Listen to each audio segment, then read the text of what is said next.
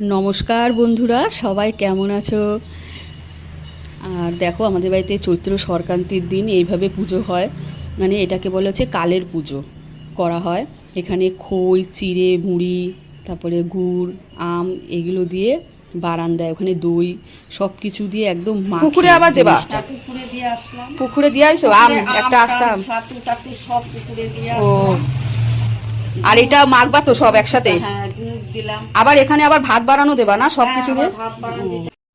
এই পুজো দিত। আর ঠাকুমা ওখানে তো যেতেই পারতাম না।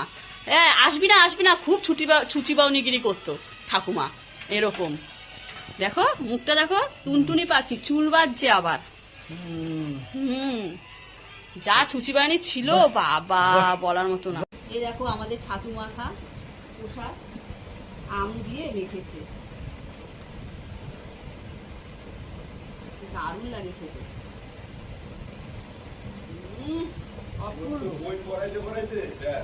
দারুণ।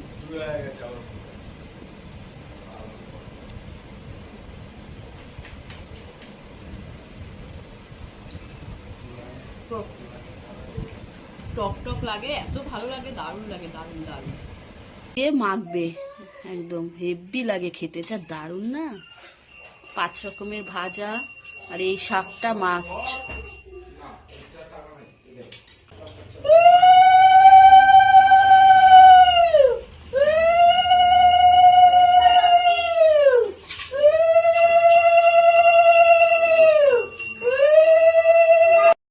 মা আবার কাককে ওই ভাত সব কিছু দিয়ে খাবার দিল। আর এখন দেখো সব কিছু দিয়ে এগুলো মিষ্টি থেকে ধরে চাটনি সব কিছু দিয়ে এই ভাতটাকে মাখবে, যা দারুণ খেতে লাগে না।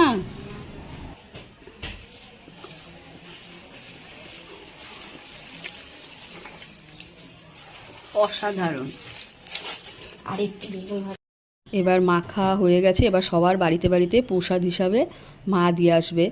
এত ভালো লাগে, সবাই মানে আরও দিলে পরে ওদের ভালো না করে না যে খাবো না। হ্যাঁ, খুব সুন্দর লাগে। আর আমি এখানে ভিডিওটা শেষ করলাম। সবাই খুব ভালো থাকবে, সুস্থ থাকবে, সাবধানে থাকবে। টাটা বন্ধুরা।